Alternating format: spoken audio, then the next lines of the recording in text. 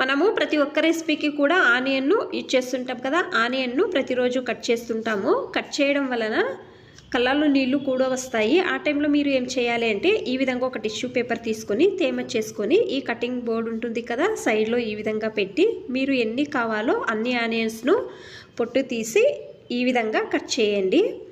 ఈ టిప్పు ట్రై చేయండి. కొంచెం కూడా ఈ విధంగా కట్ చేయడం వలన కళ్ళలో నీళ్లు రావు. ట్రై చేయండి ఒకసారి, బాగా హెల్ప్ అవుతుంది ఈ టిప్ అనేది. మనము ఎండు మిరపకాయలు వేయించాలి అంటే మీరు మొదట ఏం చేయాలి అంటే బాండ్లీ పెట్టి ఎండు మిరపకాయలు వేయకూడదు. కొంచెం ఉప్పు వేసి వేడైన తర్వాత మిరపకాయలను వేయండి. తర్వాత మిరపకాయలను బాగా వేయించండి. మీరు ఎంతసేపు వేయించినా కూడా మనకు మిరపకాయలు వేయించేటప్పుడు ఏమవుతుంది అంటే బయట వేస్తే పర్వాలేదు, కిచెన్లో మనం మిరపకాయలను వేయిస్తే ఘాటు ఎక్కువగా వస్తుంది కదా, కళ్ళలో నీళ్ళు కూడా వస్తాయి, అలాగే జోరుగా దగ్గు కూడా వస్తుంది. మీరు ఉప్పు వేసి ఒకసారి వేయించి చూడండి, కొంచెం కూడా దగ్గు కానీ కళ్ళలో నీళ్ళు కానీ ఏమీ రాదు. ట్రై చేయండి ఒకసారి.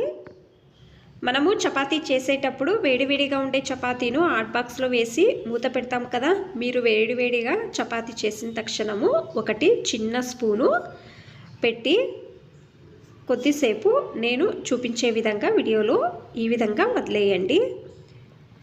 కొద్దిసేపు వదిలేసిన తర్వాత మూత పెట్టండి.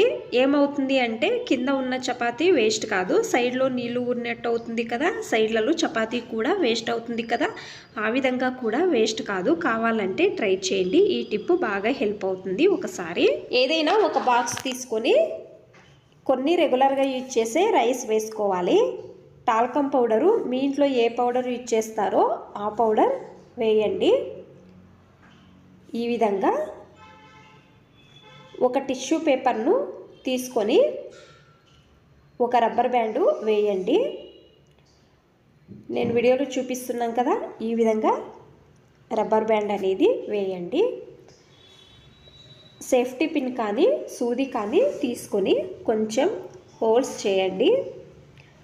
వర్షాకాలంలో చీరలు అన్నీ తీయకుండా అలాగే పెడితే బీరువాలో కానీ కబోర్డ్లో కానీ ఆ చీరలో నుంచి ఒక విధంగా స్మెల్ అనేది వస్తుంది కదా, మీరు ఈ విధంగా చేయడం వలన ఎక్స్ట్రా తేమాంశం అనేది ఉండేది పీల్చుకుంటుంది. ఈ రైస్ పెట్టడం వలన ఏ విధంగానూ బ్యాడ్ స్మెల్ అనేది రాదు, ఒక మంచి స్మెల్ అనేది వస్తుంది.